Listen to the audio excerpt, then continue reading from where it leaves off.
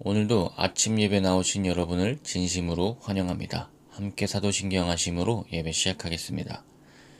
전능하사 천지를 만드신 하나님 아버지를 내가 믿사오며 그 외아들 우리 주 예수 그리스도를 믿사오니 이는 성령으로 잉태하사 동정녀 마리아에게 나시고 본디오 빌라도에게 고난을 받으사 십자가에 못 박혀 죽으시고 장사한 지 사흘 만에 죽은 자 가운데서 다시 살아나시며 하늘에 오르사 전능하신 하나님 우편에 앉아 계시다가 저리로서 산자와 죽은 자를 심판하러 오시리라.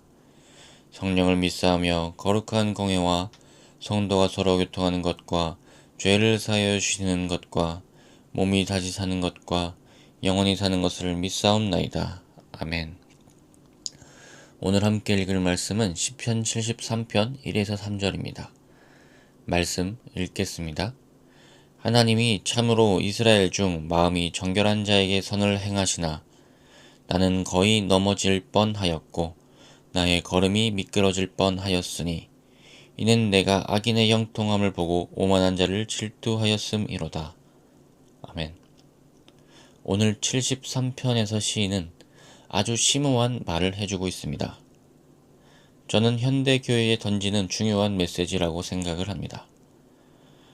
제가 어제 자녀들하고 아이들하고 길을 걸어가는데 할머니들이 모여 계셨습니다. 할머니들이 모여서 언성을 높이시면서 얘기를 하시는데 그 얘기 무슨 얘기 하나 보니 대부분 대한민국에서 언성이 높아지는 어른들의 이야기를 들어보면 정치 이야기일 때가 많죠.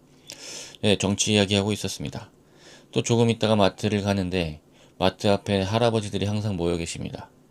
모여서 또 언성 높이시면서 이야기합니다. 세금이니 뭐니 하면서 이제 올라갈 거다 하는데 정치 이야기로 귀결되고 있습니다. 그런데 그런 자리를 우리는 쉽게 만나볼 수 있습니다.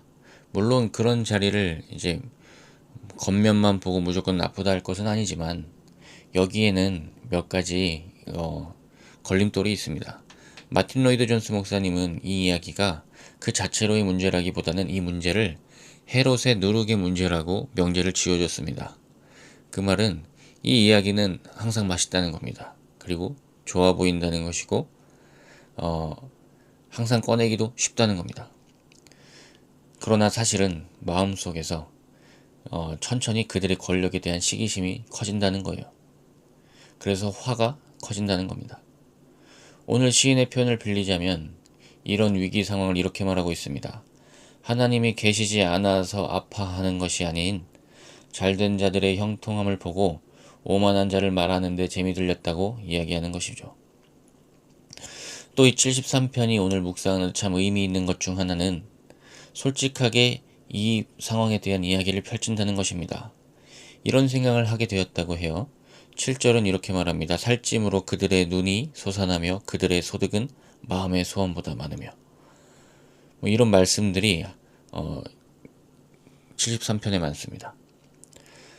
이야기를 하다 보면 본인이 착각하게 되는 것이죠. 그들은 교만해도 고통스럽지도 않고 죽을 때도 즐거워하고 그들의 마음은 이제 내 마음의 모든 것보다 그들의 소득이 많고 이렇게 이야기를 합니다. 그리고 12절엔 이렇게 갑니다. 볼지어다 이들은 악인들이라도 항상 평안하고 재물은 더욱 불어나도다. 이 마음이 헤롯의 누룩의 이야기 안에 들어가 있다는 겁니다. 그런데 여기서 끝나면 좋은데 그것이 다음으로 이어집니다. 어떤 건 13절입니다. 내가 내 마음을 깨끗하게 하며 내 손을 씻어 무죄하다 하는 것이 실로 헛되도다. 12절 13절 함께 읽어보겠습니다. 볼지어다 이들은 악인들이라도 항상 평안하고 재물은 더욱 불어나도다. 내가 내 마음을 깨끗하게 하며 내 손을 씻어 무죄하다 하는 것이 실로 헛되도다. 헤롯의 누룩의 가장 큰 걸림돌은 여기 있습니다. 그들의 재물이 그들은 죄인이라도 늘어나는데 생각해보니 내가 신앙생활한 것이 헛되네 이렇게 이야기하는 것입니다. 그래서 이 이야기를 우리는 조심해야 됩니다. 세상 이야기하는 것을 조심스럽게 이야기해야 됩니다. 이것에 대한 어떤 중독성을 피해야 합니다. 그래서 로이드 존스 목사님은 성도라면 헤롯의 누룩, 세상적인 가치와 권력에 의해 영향을 받지 않기 위해 노력해야 하고 오직 하나님만을 의지하는 순수한 신앙이 목적이 되어야 한다고 합니다. 매주 그래야 한다는 것이죠. 그 중요한 이유는 다른 것이 아닙니다. 우리는 절대로 헤롯의 노릇과 하나님의 내주하심과 가난한 자를 향한 손길을 같이 바라볼 수 없습니다. 심지어 잠시 볼 수 있다 한들, 나는 할 수 있다 한들 그것은 내려다보는 것이고 하나님의 손길이 아닙니다. 그러나 일단은 오늘 시인이 가장 중요하게 두는 문제는 바로 이것이죠. 헤롯의 누룩 문제는 그것을 함께 보면 하나님이 계심을 느끼지 못한다는 데 있는 것입니다. 하나님의 살아계심이 나에게 사실일지언정 먼 사실이 된다는 것이고 나는 가끔 신앙을 후회할 정도로 실수한다는 것입니다. 힘을 말하기를 좋아하면 사랑을 행하기는 어려워질 수밖에 없습니다.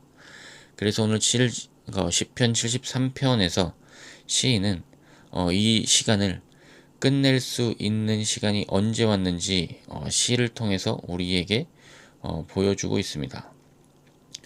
오늘 시인은 17절에서 이렇게 말합니다. 하나님의 성소에 들어갈 때에야 그들의 종말을 내가 깨달았나이다. 하나님을 만날 때에야, 하나님께 다시 돌아갈 때에야 내가 정신 차렸다는 것입니다. 그래서 주여 사람이 깬 후에는 꿈을 무시함같이 주께서 깨신 후에는 그들의 형상을 멸시하리이다. 이렇게 고백합니다. 하나님이 나를 깨신 후에는 내가 세상을 바로 보게 되고 오히려 하나님을 높이 보고 내 인생이 내 눈에 낀 누룩을 제거하게 되었다는 것이죠.